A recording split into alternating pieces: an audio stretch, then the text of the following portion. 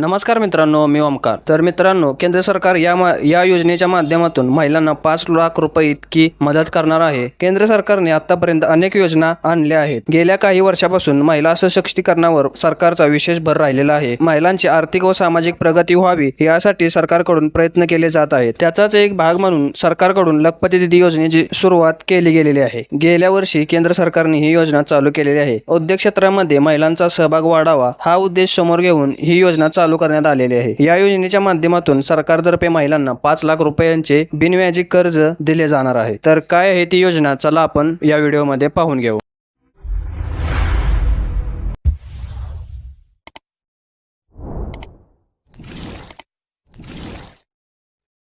मित्रांनो, मुख्यमंत्री माझी लाडकी बहीण या योजनेची चांगलीच चर्चा महाराष्ट्रामध्ये होत आहे. या योजनेच्या माध्यमातून सरकारतर्फे महिलांना 1500 रुपये देण्याचे आवाहन केले गेलेले आहे. अशा प्रकारची योजना सर्वप्रथम मध्य प्रदेशमध्ये राबवण्यात आली होती.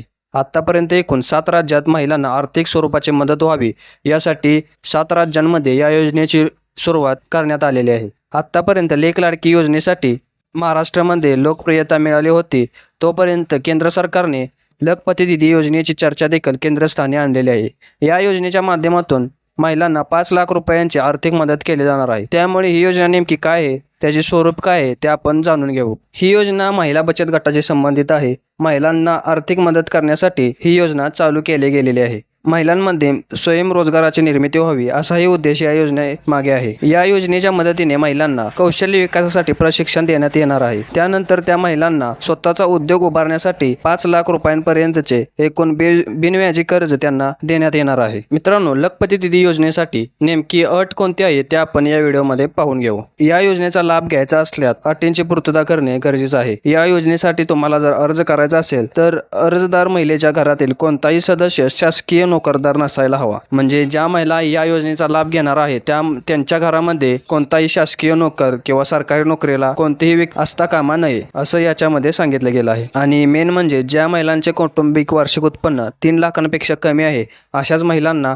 या योजनेचा लाभ होणार आहे. या योजनेचा अर्ज कसा करायचा ते पुढील प्रमाणे पाहून घेऊ. मित्रांनो, तुम्हाला जर लखपती दीदी योजनेचा लाभ मिळवायचा असेल तर महिला बचत गटाच्या माध्यमातून एक उद्योगाचे नियोजन करावे लागेल. आणि तुम्ही ज्या उद्योगाचे नियोजन करणार आहे लखपती दीदी योजनेसाठी अर्जाची सरकार पडताळणी करणार आहे. अटींची पूर्तता होत असेल तरच महिलांना 5 लाख रुपयांचे बिनव्याजी कर्ज देणार आहे. याचा GR आला तर तुमच्यासमोर नक्कीच तो व्हिडिओ बनवेन. व्हिडिओला लाईक, शेअर आणि सबस्क्राईब नक्की करा. व्हिडिओला जर तुम्ही आमच्या चॅनलवर नवीन असाल तर व्हिडिओ जास्तीत जास्त लोकांपर्यंत शेअर करा.